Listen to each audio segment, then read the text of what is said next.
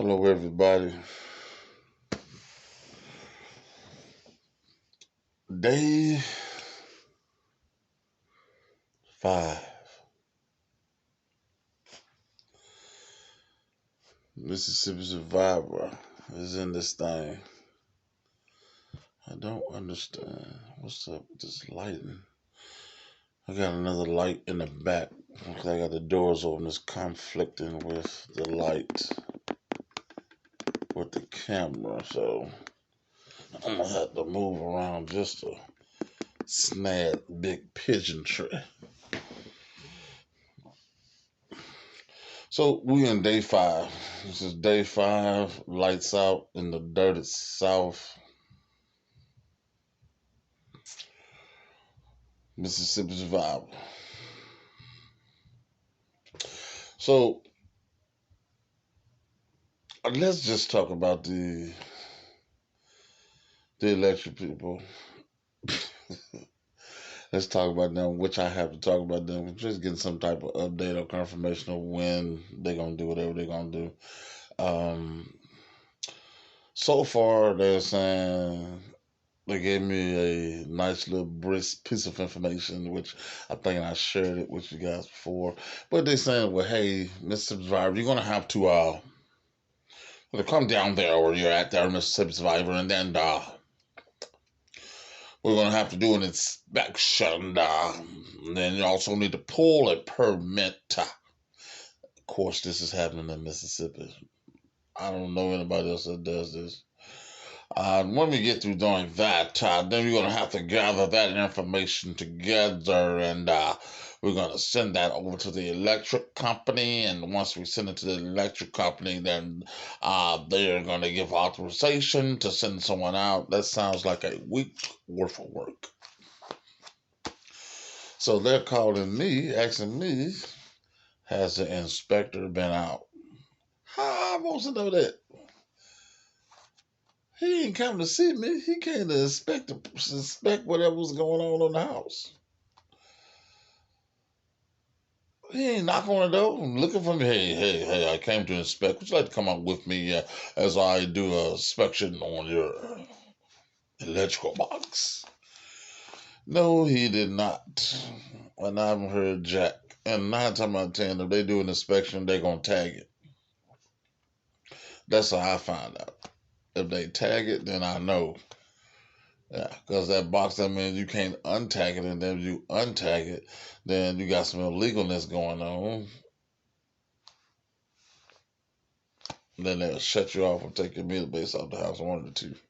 But the box is not tagged, so that indicates to me that there is no inspection being done. Some stuff is just common sense to me, so I'll say, okay, there's no sticker.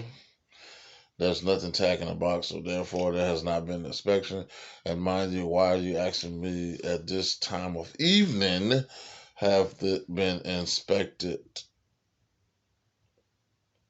So you know what that means to me? That means to me that there's going to be day 6. That's what it means to me. Because I knew it when it was first said. It sounded like too much information, too much stuff that needs to be done in order to get done on today, which was really easy. Pull your permit. It don't take nothing to do that. That could have been done this morning. No time. Then after you pull your permit, call the inspector and have the inspector come out. For a normal person, I think it should be a more of an urgency to get out and get that done and get a permit. Considering like you should have just said, "Hey, we have a person that's been out without license for so many days." Blah blah blah blah blah. They could have been lost all their food. So what I did was, but to me, a lot of people don't care unless it's something that unless they're going through it. If they're not going through it, they really don't care. They're gonna come as they feel pleased and take their time and lag around and get it done whenever they feel like getting it done. But if it's them and they family, they call in the cavalry. Oh, you gotta get out here now, ASAP. Breaker 212. 697-815. I need you here ASAP. I'm just saying. That's how some people do. So,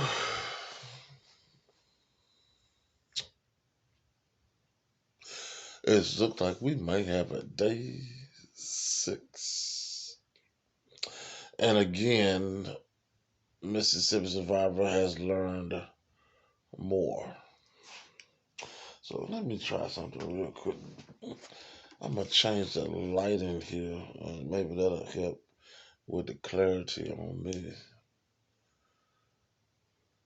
Hmm, let's see. Oh no, like a ghost on that one. That's what I had before. Yeah, that puts more tone on the cheekbone. And you feel me? Anyway, um, so my personal feeling, I think there's gonna be a day 6, which I had said that from the beginning, and also according, and maybe longer than that, because when I say these people down here drag their feet, oh my God, they drag their feet terribly. They take their time doing anything. So I wouldn't be surprised if we're in day 8. Ain't no telling what I might be doing in day 8. I might be cooking cupcakes with no electricity, cooking cupcakes. You feel me? So I'm just saying, just get ready for these next couple of days. I'm getting ready for them. I hope you join me in my quest to teach somebody something and possibly a cupcake. Just because I'm not going to keep cooking ramen noodles. Cook some steak on that mud. Pork chopper tray on there. See how that work out. But again, it was another learning experience. I learned yet again some more information that you do need to know.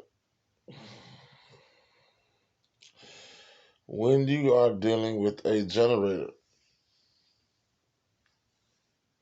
and I do mean when you're dealing with a generator, you must know about your generator.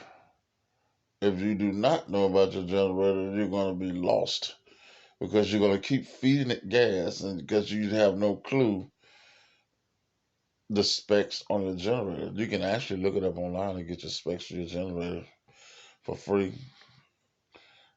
It'll show it to you. Then a lot of times it's already on the generator.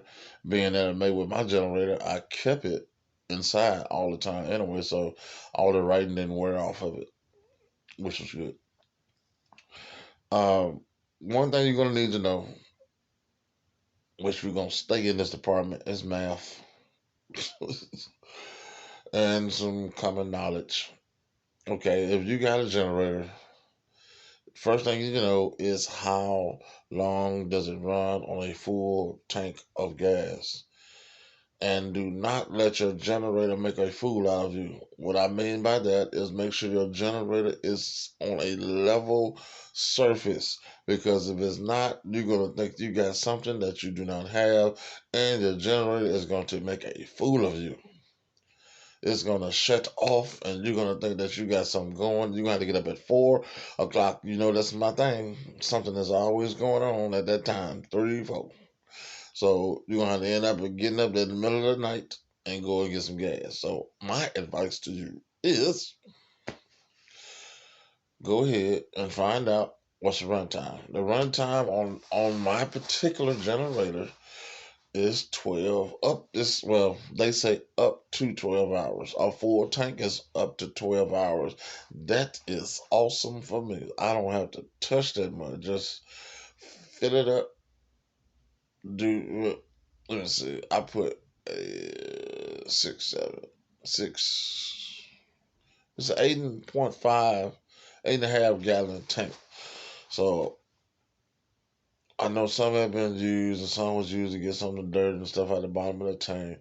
So I know I did like 9 gallons. So that's minus whatever was used or spilled or wasted. So that should kind of equivalent back out to 8.5. you're looking at $30.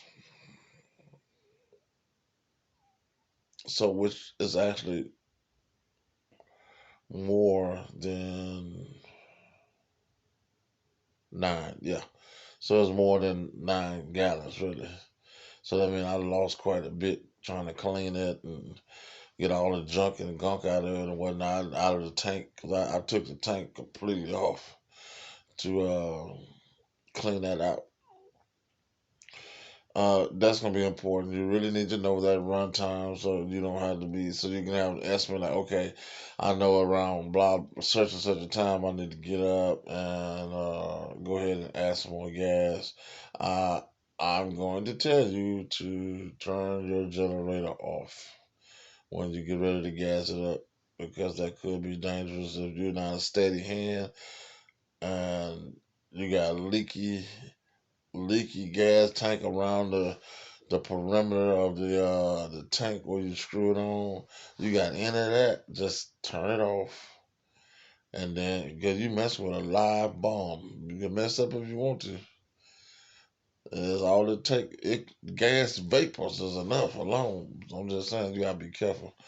Me, I don't turn it off. I know I check mine before I even start putting in. It's not leaking and whatnot. It's not doing that. So I just take it once I get the top head of it in there, then I just pour the rest in there. Of course, you gotta kind of pull and break back because it's got to breathe.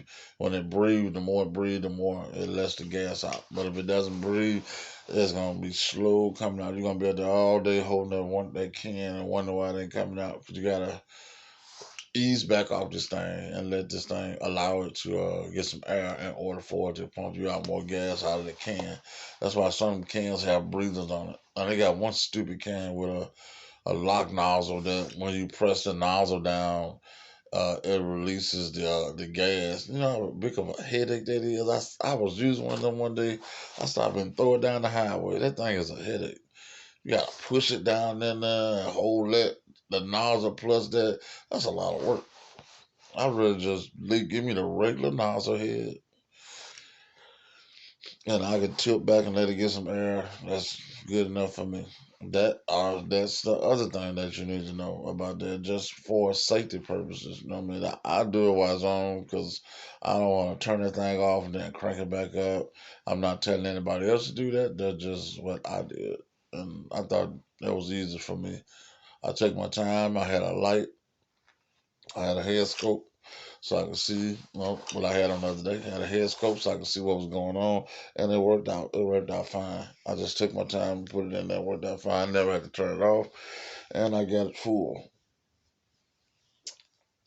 I don't really like the noise. I don't, but that noise brought me some comfort knowing that I had that refrigerator running all night long, freezing the food. So I was happy about that.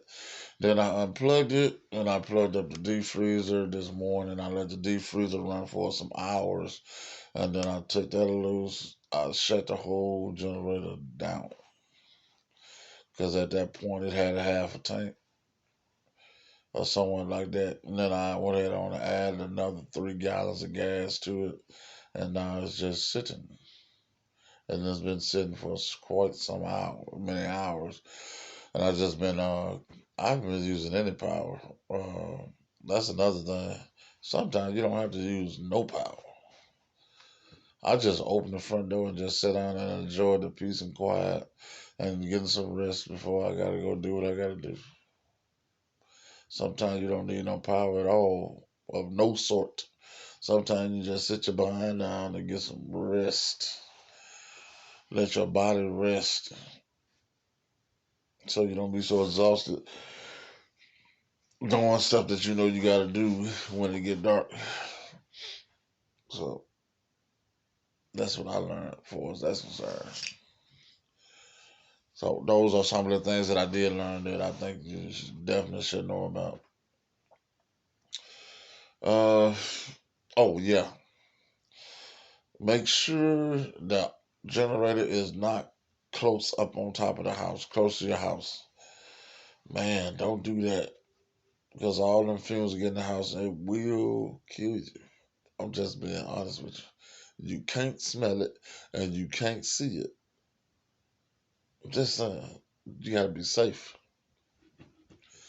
So make sure you put the generator out far enough from the house.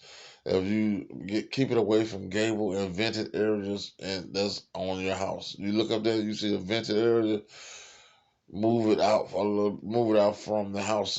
Give it some distance out from the house, and not only give it some distance, turn the muffler part, the one that's all the exhaust and poison and carbon dioxide coming out, turn that away from your house. Turn it the opposite way so it can shoot out and give the wind and whatever enough time to grab it and have it dissipate in the